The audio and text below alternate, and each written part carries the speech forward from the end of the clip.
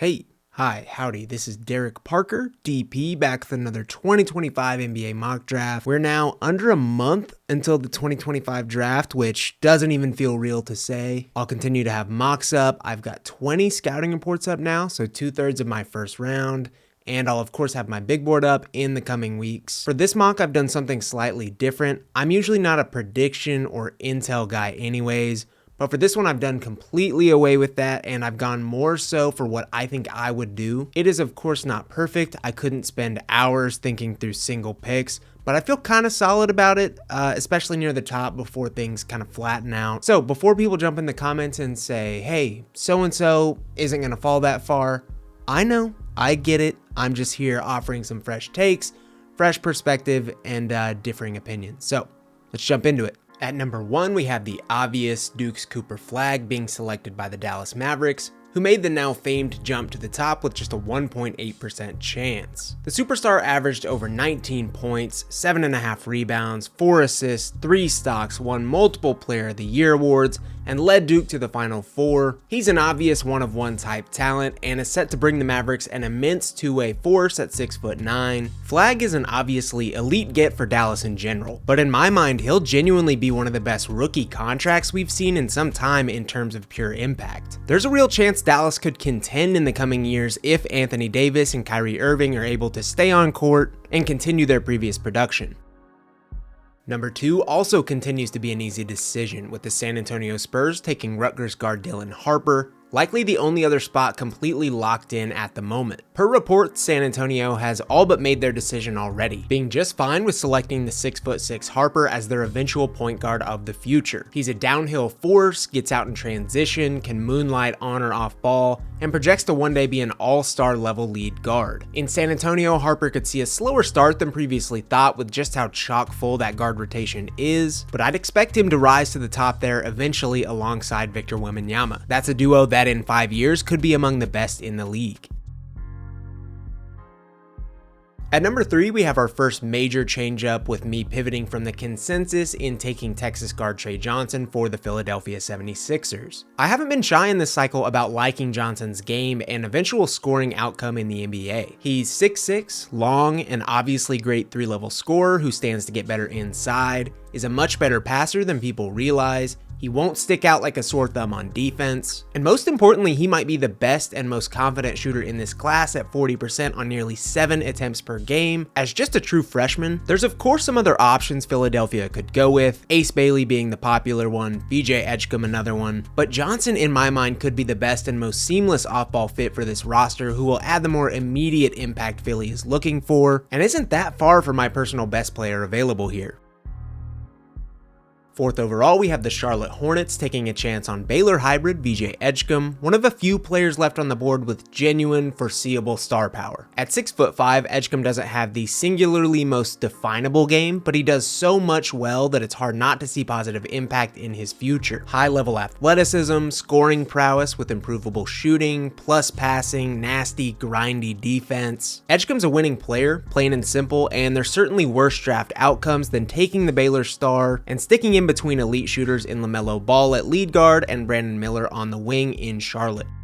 Rounding out the top 5, we have a pick that has honestly gained more steam than I thought it would, Duke's Con Knippel to the Utah Jazz. If you've watched my scouting report on Knippel, you'll know I'm much higher on him than most, or at least I thought I was, so I have absolutely no qualms about taking him this high. He's one of the best shooters and highest field players in this class. He has that on-ball funk, is scrappy on defense. I think he's much more than a role player at the next level, genuinely. Now, he doesn't have the highest upside here, but for the Jazz, who to me still feel pretty far away in terms of this soft rebuild they've been trying, I like just grabbing what I believe to be a sure thing in Knippel, who should just be a great player in their core for a long time. Sure, Utah would still need their 1A and 1B if they're not set on Lauri Markkanen, but Knippel should be a hell of a piece.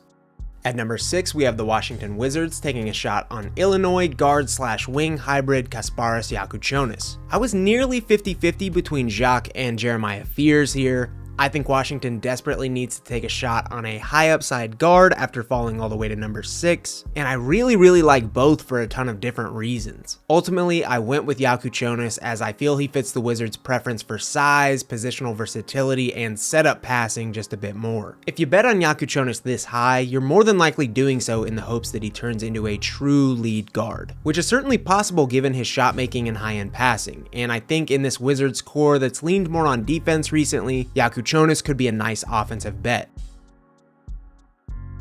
7th overall, we have the New Orleans Pelicans betting on Duke center Kamon Malawach, likely the top center prospect in this draft for many. Suffering another disappointing season despite a decent win now core, the Pelicans have options at the 25 draft. They could go for guards, wings, forwards, or even centers, and I like bolstering the latter the most. Malawach is set to energize any team with unteachable length, rim running, and shot blocking, and he'd essentially plug in as the team's 5 for the foreseeable future. New Orleans gambled on a player last year that I really liked in Yves Missi, and I think these two could stagger or even play in tandem and would essentially lock in the team's front court rotation for a while. At number 8, we have Rutgers forward Ace Bailey, in a range I'd feel much more comfortable drafting him as a two-way jumbo shot-making wing. Bailey undoubtedly has talent, there's no disputing that, but he feels a little further away from the massive positive impact to me that a few of the more ready-made prospects may have, and I'm just not as keen on his ceiling as others with some decision-making and other limitations. I think Brooklyn, though, would be a great landing spot for Bailey, seeing as they seem bent on truly developing players for the future and are additionally doing this half rebuild thing where they're apparently going to add serious trade market talent in a few years. Bailey would be able to learn the ropes in a smaller role, expand on that in the coming seasons, and eventually have a star running mate by the time he's hitting his stride. At number 9, we have the Toronto Raptors taking Oklahoma guard Jeremiah Fears, a pick I really like despite most Toronto fans not necessarily clamoring for guard help. Fears is 6'3"-ish, has pretty incredible scoring fluidity relative to his age, and honestly some of the highest upside in this class. His game as a whole needs some ironing out, but the talent is obvious simply from the eye test. If you're Toronto, I understand wanting to gamble on these bigger forwards and bigs, Esenge, Bryant, Malawach if he's there, but the Raptors don't have a plethora of uber talented guards, especially ones that project to do star level stuff like Fears could. And with the team seemingly pressing the go button in trading for Brandon Ingram at the deadline last year, I love a last swing before they potentially don't see a lottery pick for some time. Capping off the top 10 is the Houston Rockets selecting via the Phoenix Suns pick and taking St. Joe's forward Rasheer Fleming. Full transparency, this is a bit rich for Fleming just based off my personal board. While he has a high floor as a 3-and-D forward with a 7'5" wingspan, I think his ceiling leaves plenty to be desired. The catch here is that I think Fleming is the absolute perfect player for the way the Rockets are currently constructed. He fits their defensive identity, projects to stretch the floor, which they desperately need, and the biggest key here is that he feels made to play with Alperen Şengün, having the length to defend centers, cutting and spacing the floor off of him offensively, and most importantly offering some weak side shot blocking. I'm typically averse to full-on drafting for fit, but with the Rockets being in a unique position, picking via the Suns, Fleming being an undeniable fit in Houston, and him not being so far removed from 10 on my personal board, I don't think this is completely crazy.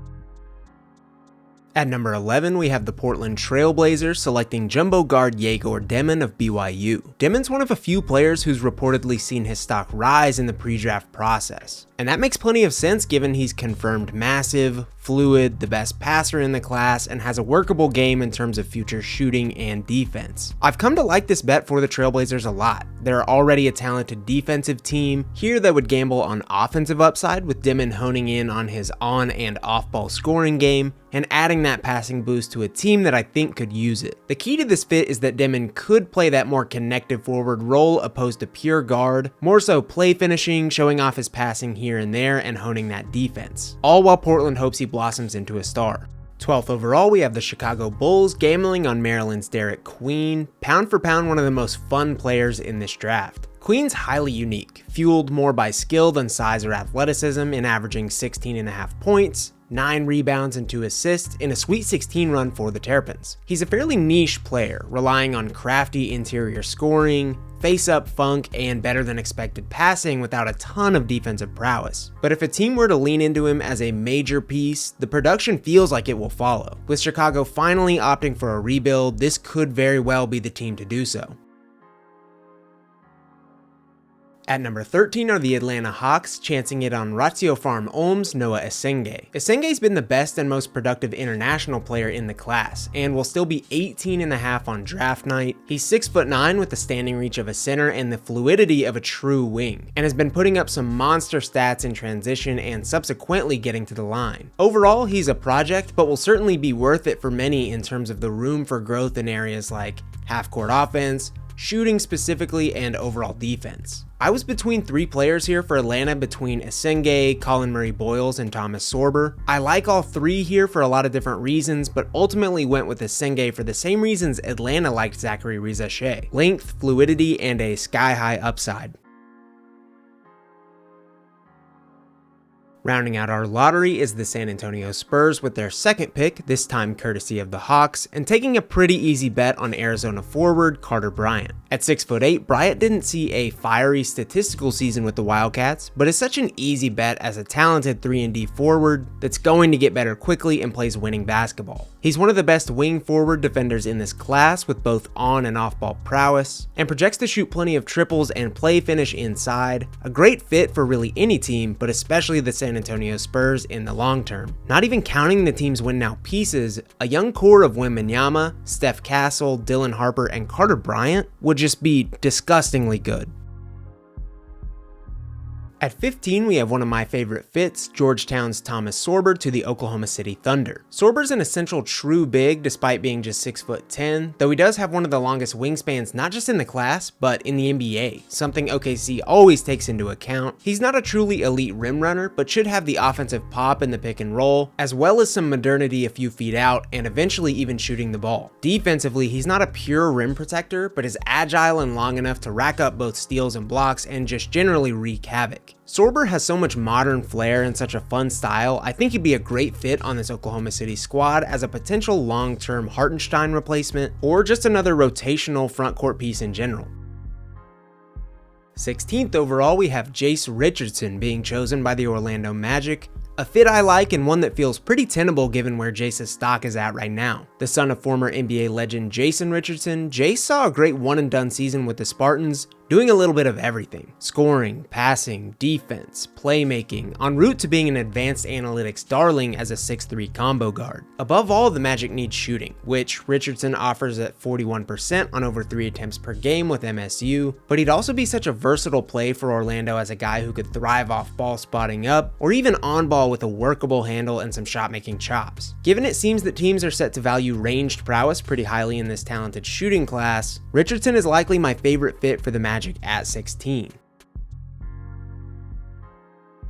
In a somewhat similar vein are the Minnesota Timberwolves, selecting just 1 pick later and gambling on Florida champion Walter Clayton Jr. A 6'3" senior, Clayton Jr. too has claim to being one of the best shooters in this class, hitting a blistering 39% of nearly 8 triples attempted per game, while also thriving in the pick and roll for the Gators. He toes the line well between point and shooting guard, offering some great stuff both on and off ball, which could work really well for Minnesota, who desperately needs backcourt help in any way they can get it. He could settle offense with his tighter handle and pick and roll chops, or just jack triples when Anthony Edwards is leading the charge. And best of all, Clayton Jr. likely isn't going to need a ton of time to rev up to the big leagues, which is perfect for the Wolves' timeline. At number 18, we have the Washington Wizards stopping the slide of Colin Murray-Boyles, one of the best and most interesting players in the middle of this draft. I didn't intend for CMB to slide as far as he did. I considered him as high as the top 10, but ultimately just went a few different directions via other big options or teams simply needing guards. This is a no-brainer for the Wizards though, as CMB offers more of the same that they look for in terms of positional versatility, elite defense as one of the best defenders in this class, and just general plus impact that I really think will carry over. More than likely, Washington will gamble on some high upside with this middle first pick, but CMB actually falling would be a quick run to the podium for the Wizards. At number 19, we have another no-brainer pick in my mind, especially given Ace's slide up top. Brooklyn taking French guard Nolan Traore, number 19 overall. Traore has had a disappointing season relative to what many thought he could be prior to another year with St. Quentin, but there's little question he still shows promise as a scorer and passer with great horizontal athleticism. He's 6'3", has solid pro league numbers and some projectable feel and fluidity. With 4 chances in the first round this year, Brooklyn should effectively be in swing for the fences mode, and Traore, as a former top 5 guy in this class, is certainly that, as a player who could blossom into a star, but somewhat plateaued this year despite some recent success. Kicking off the 20s are the Miami Heat, who draft Colorado State wing Nick Clifford. A 5th-year collegiate player, Clifford's on the older side and doesn't offer crazy star upside, but is genuinely one of the best all-around producers in this class, having averaged just under 19 points, 10 boards, 4.4 assists, and 1.2 steals while shooting 50, 38, 78. It's not hyperbolic to say he's in the least a good scorer, defender, and passer as it stands now. With Miami, Clifford could slot in and do the much-needed wing stuff, but could also be a handling bet that the team desperately needs right now. Miami has done the most with the least, and I think Clifford would fit snugly into Heat culture.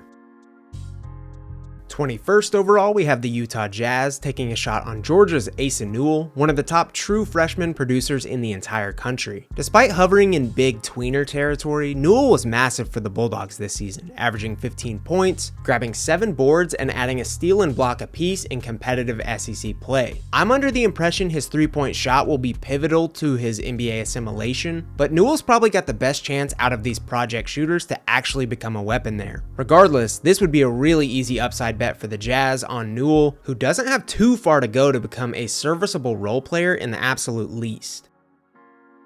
At number 22, the Atlanta Hawks select French big Joan Behringer, one of the youngest players in this class. After nabbing a wing-forward hybrid earlier in Asenge, the Hawks here gamble on a more legitimate big in Behringer, who despite being a slightly undersized 6'10", has a reportedly majorly plus wingspan and some center edge. The name of the game with Behringer is his mobility. Despite his longness, he's able to move exceptionally well, slicing down the lane, getting out in transition frequently, and closing gaps with solid rim protection. He is most definitely a project, but it's easy to see eventual NBA production with Behringer. For Atlanta, adding a mobile big in the front court that could allow them to shake up the roster some might not be the worst move. At number 23, we have the potentially finals-bound Indiana Pacers. As an aside, what an awesome roster and incredible product they have. Here we've gone with Le Mans' Noah Penda, pound for pound one of the best defenders in this class at 6'8". He can fan out, generate steals and blocks at a great rate, and would just generally add some gnarliness to this Pacers roster. Penda's an offensive project, but Indiana rarely struggles with getting the ball through the hoop or helping projects to do so. He feels like a pretty seamless fit in the Pacers system, though I could see him going much higher than this. At number 24, we have the Oklahoma City Thunder with their second first-round pick, selecting Illinois' Will Riley, a fascinating true freshman on the wing. At 6'8", Riley saw a solid season for the Illini, scoring 12.6 points on 33% three-point shooting, grabbing 4 boards and dishing 2 assists in just 26 minutes per game. Riley fits plenty of what OKC values but doesn't necessarily have in the rotation right now in terms of a lengthy, fluid, quick processing wing who can shoot, dribble, pass, and potentially defend. To me, Riley would be a worthy late first selection for the Thunder as they continue to backfill their roster with talent for the future.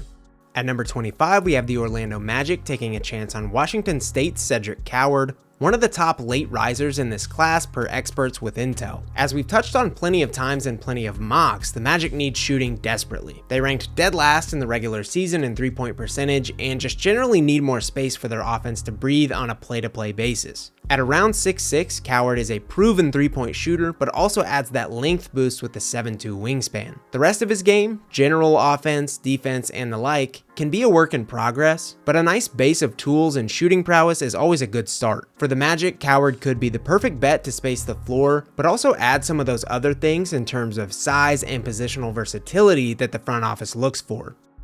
With their initial late first pick, the Nets take a chance on Ulms Ben Saraf, who I continue to like but just can't seem to find a concrete play for in the middle of the first round. The vision with Saraf is an easy one. A smooth 6'5" handling wing with a wide array of passes, workable offense, and an improvable ancillary game. There's a chance he just becomes average to good at absolutely everything, or even great at plenty of things with his knack for playmaking. The Nets are one of a handful of teams that I could see betting on Saraf, given they have need for general upside, and also really just need basketball players in general. Saraf having the leash to grow in a pretty fluid system early in his NBA career could be great for his long-term development. With Brooklyn's fourth and final first-round selection, they'll gamble on one of the most fun prospects in the draft, Michigan's Danny Wolf. At 7 foot with an essential wing style, Wolf has one of the more fluid face-up bigs games we've seen, with legit handling and passing chops, though there's some bigger question marks about his physical and defensive translation in the NBA. I think Wolf is somewhat of a gamble given his uniqueness and need for the basketball, but definitely one worth taking for Brooklyn, who has this obviously blank slate roster. And I like a sprinkle of upperclassmen amongst these youngsters they've taken so far in this one. If Wolf can get to a wash or net positive in a few of his lesser areas, he could be a great rotational piece for Brooklyn for a long time, or potentially even more than that.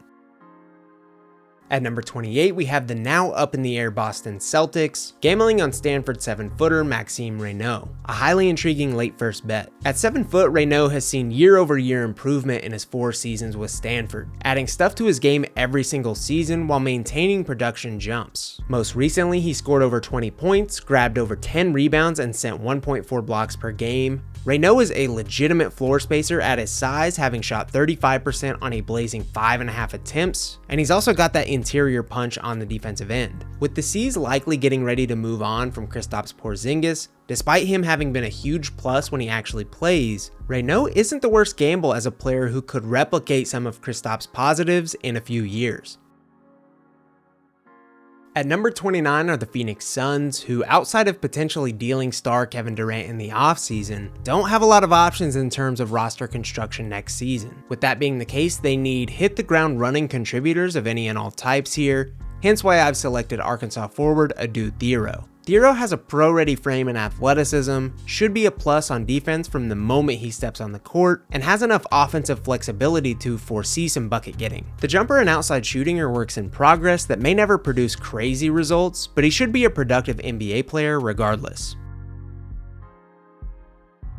Rounding out the first round and our video are the LA Clippers selecting via OKC's pick and taking UConn wing Liam McNeely. McNeely showed his talent in his time with the Huskies, proving his bigger frame, projectable shooting, and decent all-around game could be worth betting on in 25. He scored 14.5 points per game while shooting 32% from 3, seeing a few mid-season injuries that hurt his overall numbers. The Clippers are a good 3-point shooting team, and with the always looming potential roster shuffle in LA, I feel like continuing to lean on that skill and drafting McNeely for the long term. At worst, McNeely's a player who could fit pretty seamlessly in between stars, which LA should field for the foreseeable future.